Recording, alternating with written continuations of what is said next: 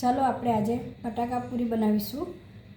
ફૂલેલી ને ક્રિસ્પી બટાકા પૂરી જોઈને જ મોંમાં પાણી આવી જાય એવી બટાકા પૂરી.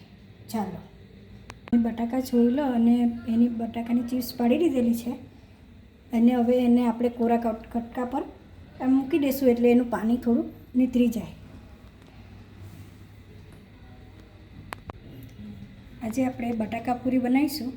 તેમાં મેં આ 200 ગ્રામ જેટલો ચણાનો લોટ લીધેલો છે. આ મેઝરમેન્ટ છે. આ વાટકો ભરીને મેં 200 ગ્રામ જેટલો ચણાનો લોટ લીધેલો છે. તેમાં 20 ગ્રામ જેટલો મેં રવો નાખું છું. રવો નાખવાથી લોટ આપણો બટાકા પૂરી એકદમ કડક અને ક્રિસ્પી બને છે.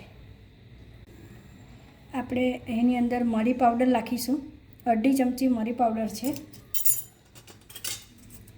1 નાની ચમચી આપણે લાલ મરચાંની ભૂકી નાખીશું.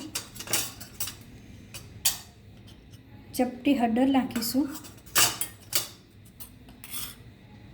1 ચમચી ધાણા જીરું નાખીશું. સ્વાદ પ્રમાણે મીઠું નાખીશું. 1 ચમચી જેટલું આદુ મરચાંની પેસ્ટ નાખીશું. હવે આપણે પાણી નાખીને ધીરે ધીરે અંદર હલાવતા જઈશું. લમ્સ નહીં વળે તે રીતે ધીરે ધીરે હલાવતા જઈશું.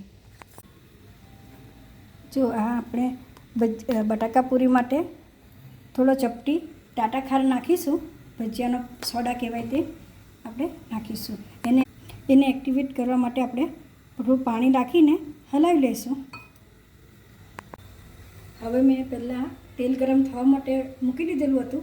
હવે આપણે બટાકા પૂરી તળી લઈશું.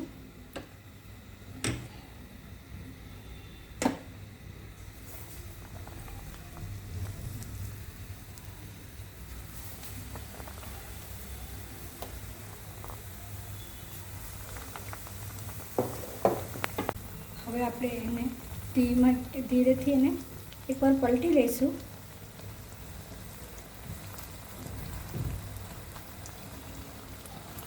તમે જોઈ શકો છો કેટલી મસ્ત આપણી બટાકા પૂરી તળાઈને દડા જેવી થઈ ગઈ છે. મસ્ત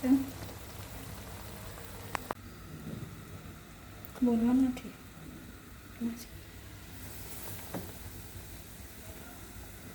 ઉપર મરચાં બી નાખી દેજો.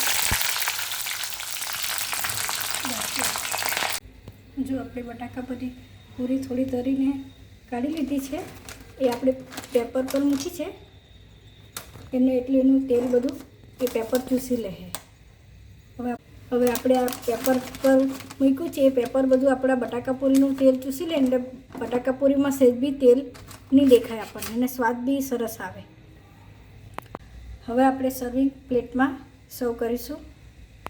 ચાલો બટાકા પૂરી ખાવા. જોઈને જ મોઢામાં પાણી આવી જાય એવું મસ્ત મજાની બટાકા પૂરી ખાવા ચાલો. જય સ્વામિનારાયણ.